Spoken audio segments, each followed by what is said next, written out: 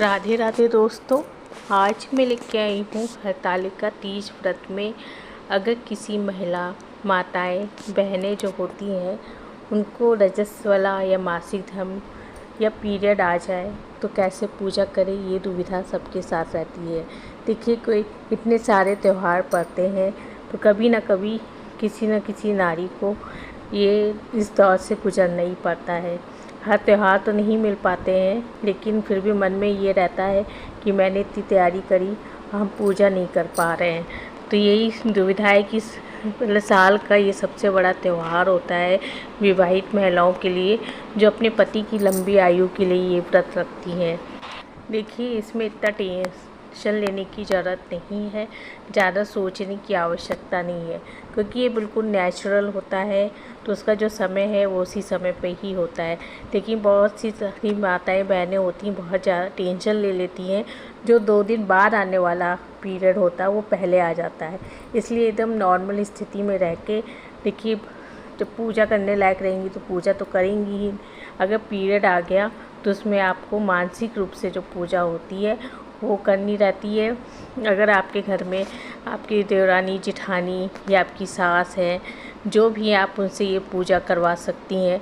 लेकिन अगर आपके घर में आप अकेले रहती हैं तो आसपास आपकी सहेलियाँ जो भी सखी होंगी, आप उनसे भी पूजा करवा सकती हैं। आप व्रत रखिए, लेकिन पूजा का जो सारा सामान है उनसे वो सारा सामान चढ़वा सकती हैं, कोई दिक्कत की बात नहीं है।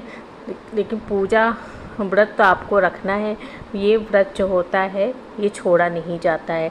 साथ में ही अगर आप विदेश में रहती हैं, आसपास कोई नहीं है, पति भी बाहर गए, बच्चे भी छोटे हैं, तो मन में विचार आता कि आप क्या करें।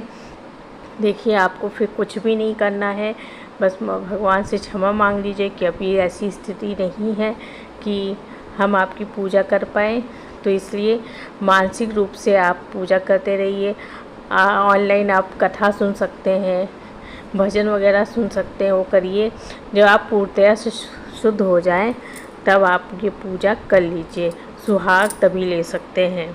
बहुत सी माताएं बहनें रहती हैं जो वो बोलती कि हम 5वें दिन पूरी तरह से शुद्ध हो गए हैं, तो क्या हम पूजा कर सकते हैं? हाँ, आप बिल्कुल। अगर आपको किसी तरह की कोई भी परेशानी नहीं है, कभी कभी ज़रा सा भी पीरियड आया तो आप उसमें उस स्थिति में पूजा नहीं कर सकती, लेकिन आप पूरी तरह से अगर स्वच्छ हो गई हैं तो आप 5वें दिन अच्छे से स्नान करके पूजा कर सकती हैं। कोई 5वें दिन शुद्ध होता है, कोई 7वें दिन होता है, तो उस स्थिति को देखते हुए ही आप पूजा यहाँ पे करें कि आप किस दिन शुद्ध होंगी, तभी आप पूजा कर पाएंगी।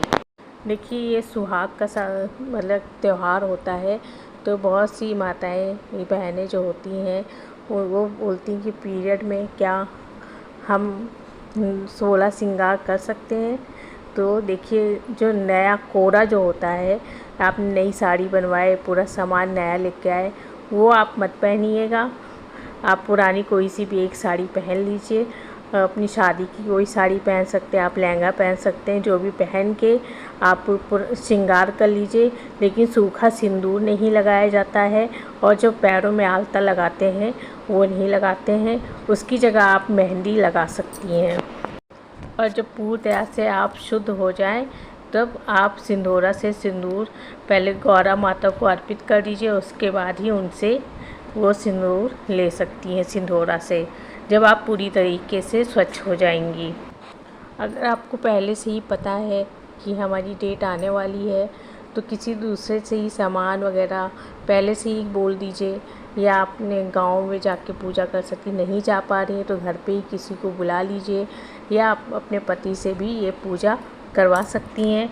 सारा सामान भगवान के आगे चढ़ा दीजिए, सारा सामान आप कर दीजिए, अच्छे से अर्पण करवा दीजिए, और बस कथा सुन लीजिए दूर से बैठ के, लेकिन भगवान को स्पर्श नहीं करना है।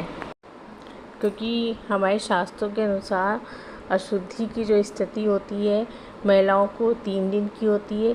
चौथे दिन से मतलब कि महिलाएं अच्छे से स्नान वगैरह करके किचन में जा सकती हैं, रसोई घर में मतलब। लेकिन 5वें दिन से जो पूरी तरह से शुद्ध हो जाती हैं वो फिर पूजा कर सकती हैं।